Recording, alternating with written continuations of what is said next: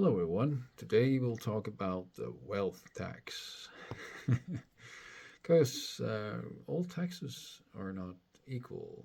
Tax is a form of, well, at its core, involuntary payment to the government. You have to pay this money, and it's hurtful for a lot of people.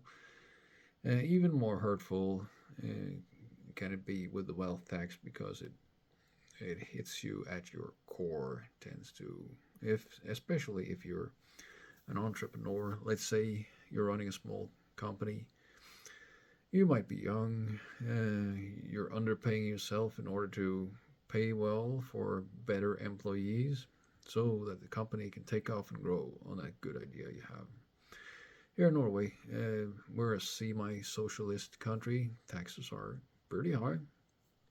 And yeah, we've got all sorts of taxes here that compound. But let's just call it an income tax. That's the, well, maybe most common tax in the world, where you pay off of what the company generates. So your little company generates so and so much money every year, and you got to pay a share of that to the government. All right, that's a taxing thing to happen to you. It weakens your company. You could have reinvested that money back into the company, but you can't. It goes to the government. Even worse is with the wealth tax you have to pay. Let's say one year Corona hits and you don't have any income. There's no income tax to pay then, which is a blessing of sorts. Yeah. Well, at least you don't have to pay when you don't make nothing, but you still have your company. Your company is a bunch of machines and stuff, and it's got a certain value, and the government wants a piece of that. It doesn't matter if you make any money with that machine, the government will take a piece of your machine, your company. You can compare this to having a cow and drinking its milk.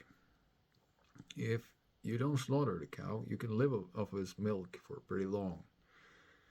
You and the government, if you got to pay portion of your milk to the government, you can live for much longer if you live off of the output of the cow instead of taking slices off of the cow.